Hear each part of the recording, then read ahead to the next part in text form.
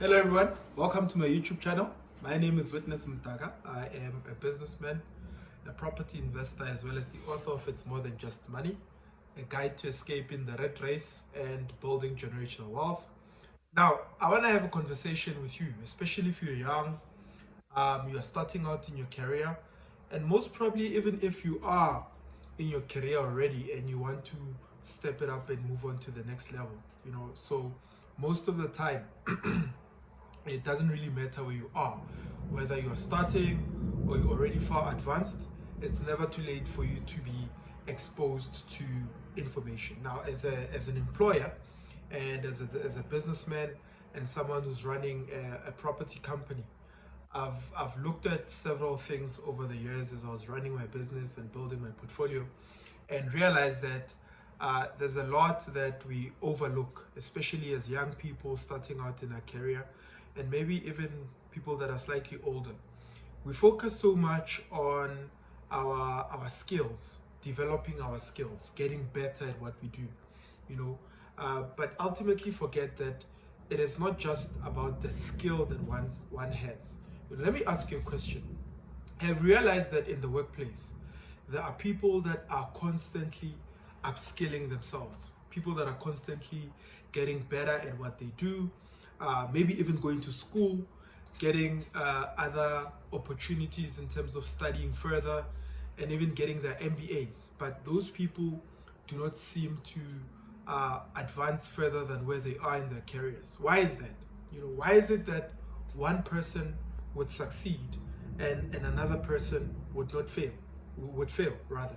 One person that is super skilled in certain things does not seem to necessarily move on to the next level. And there comes someone, they don't necessarily have more education and more skills, but they've got the right kind of mindset, and you find them moving on to the next level. I think the key thing there is that 80% of what we do is determined by the mindset that we have and the strategy that we apply in the things that we are doing. Now, if you're going to, let's say, buy a property, it doesn't matter how skilled you are as a property investor. What informs if you're going to have a successful deal or not is going to be your mindset as well as the strategy that you apply. Now, obviously, your strategy comes from the mindset that you have about certain things, right? And that goes into our work and our personal lives as well, but mostly focusing on the work that we do in our companies as employees, as employers. That the major thing that happens is that we've got to have the right kind of mindset if we're going to succeed at anything, right? So what society says, go to school, get a degree, develop yourself, and get a job. But at the same time, society forgets to tell you that you've got to have the right kind of mindset when you go into the workplace. You've got to have the right kind of mindset if you're going to start a business and become an entrepreneur, because really entrepreneurship is not skills. Entrepreneurship is a mindset. Entrepreneurship is something that is ingrained in one's mind. It's a way of thinking, right? It's a philosophy that one has. One person could be employed at a job and they would say, my salary is all that I'm going to have. That's their mindset. And another person could be employed at the same job and say, my salary is not all that I'm going to make. It's what my company can pay me.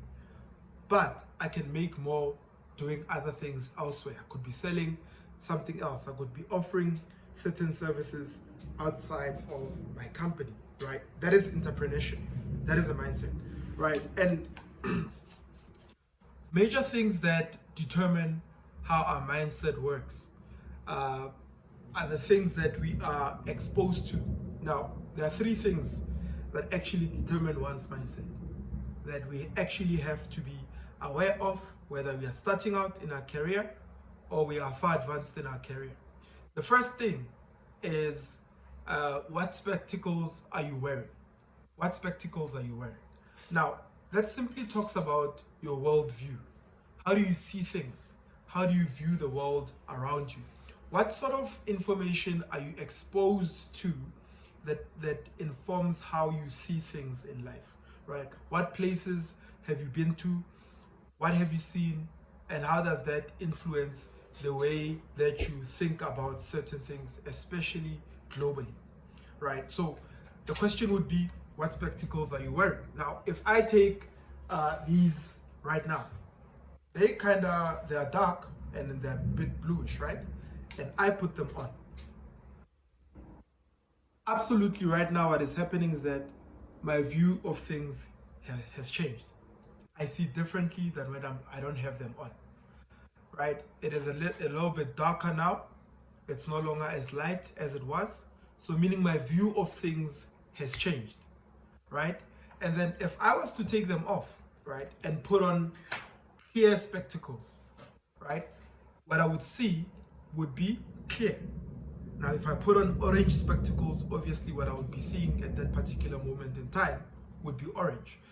So, which tells me that your worldview, right, becomes the spectacles through which you see things and you view things in life, right? And that obviously is informed by the mindset that you have.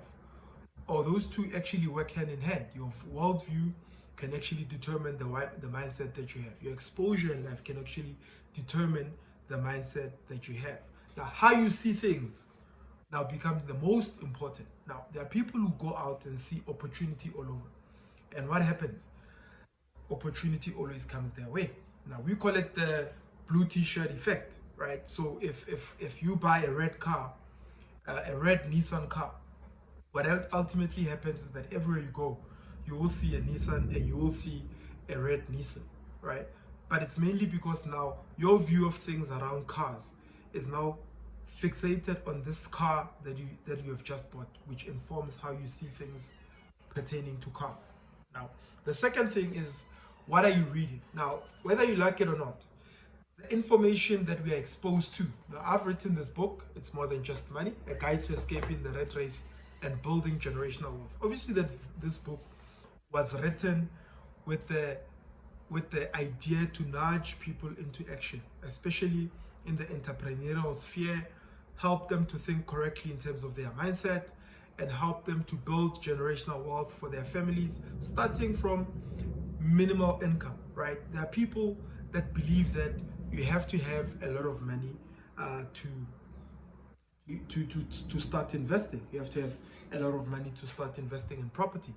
But obviously that's not true, right? There's a video that I did busting the 5 myths around property. You should look at that video and you'll understand what I mean when I say sometimes you start in property with minimal or to no money at all, right? Depending on how your mindset is. Now, what you read and the information that you're exposed to obviously determines how you see things and forms your worldview and ultimately forms your mindset. So your mindset is shaped by the things that you read. It is shaped by how you see things, right? And then lastly, what I want to speak to is who is surrounding you. What kind of people are you surrounded by, right? And how are those people influencing your life? And the question I want to ask you is, do you have a mentor? Do you have someone that you can go to and bounce ideas off, right? Are you mentoring anyone, right? So the fact that you are able to mentor a young person simply means you have to constantly develop yourself. Now, as you constantly develop yourself, obviously your mindset changes because you've got to provide value to that young person, right? And at the same time, you've got people that are your peers that are doing extremely well in their businesses, in their careers. As you surround yourself with these people, you learn how they do things and you ultimately pick up some of their habits, if they are good habits, and it moves you to the next level. And that also forms a large part of your mindset because you are the average of the 5 people that you spend most time with. So it's important for you to choose the people that you spend time around. Also, you have to understand that in order for you to have the right kind of mindset and the right kind of strategy, you've got to be willing to get exposed to mentors, people that are going to, from a higher level, speak to you from experience, speak to you because they've been there, and hold you by the hand and show you certain things. Some people have got a mentor, some people have got a coach, some people have got a therapist. Now, obviously those people play different roles in our lives, but all three of them used together help you to move to the next level of your life. Now, that is all from me.